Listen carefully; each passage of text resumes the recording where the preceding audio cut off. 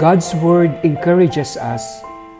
When we take time to meditate on God's Word, we are reminded of who God is, the love He has for us, and the joy only He can provide.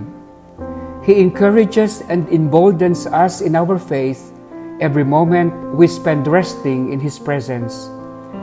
We wholeheartedly believe a daily rhythm of seeking intimacy with God has the power to transform lives. That's why the Filipinische Gottesdienstgemeinde created this audio Bible to encourage and challenge people to seek God throughout each day. May the good Lord bless us and guide us as we listen to His Word.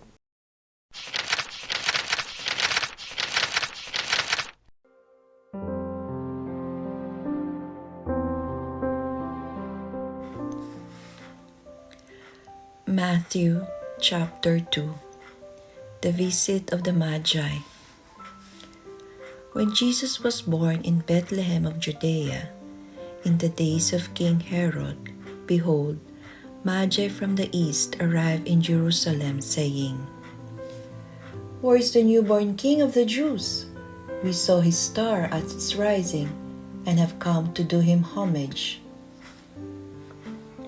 When King Herod heard this, he was greatly troubled, and all Jerusalem with him. Assembling all the chief priests and the scribes of the people, he inquired of them where the Messiah was to be born. They said to him, "In Bethlehem of Judea, for thus it has been written through the prophet. And you, Bethlehem, land of Judah, are by no means least among the rulers of Judah, since from you shall come a ruler who is to shepherd my people Israel." Then Herod called the magi secretly and ascertained from them the time of the star's appearance. He sent them to Bethlehem and said, "Go and search diligently for the child. When you have found him, bring me word that I too may go and do him homage." After their audience with the king, they set out, and behold, the star that they had seen at its rising preceded them, until it came and stopped over the place where the child was. They were overjoyed at seeing the star, and on entering the house they saw the child with Mary his mother. They prostrated themselves and did him homage. Then they opened their treasures and offered him gifts of gold, frankincense, and myrrh. And having been warned in a dream not to return to Herod, they departed for their country by another way. The flight to Egypt. When they had departed, behold, the angel of the Lord appeared to Joseph in a dream and said,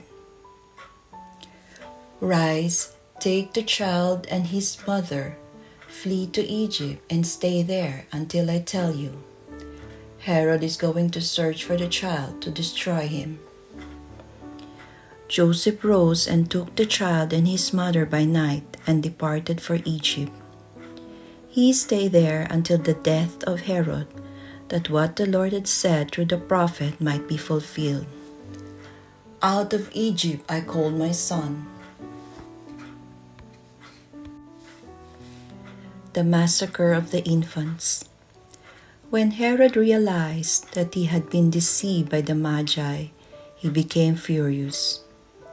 He ordered a massacre of all the boys in Bethlehem and its vicinity 2 years old and under, in accordance with the time he had ascertained from the magi. Then was fulfilled what had been said through Jeremiah the prophet.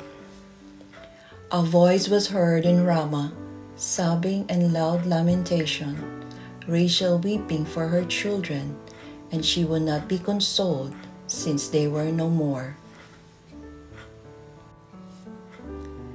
The return from Egypt. When Herod had died, behold, the angel of the Lord appeared in a dream to Joseph in Egypt and said, "Rise, take the child and his mother, and go to the land of Israel, for those who sought the child's life are dead." He rose, took the child and his mother, and went to the land of Israel. But when he heard that Archelaus was ruling over Judea, in place of his father Herod, he was afraid to go back there. And because he had been warned in a dream, he departed for the region of Galilee. He went and dwelt in a town called Nazareth, so that what had been spoken through the prophets might be fulfilled: "He shall be called a Nazarene."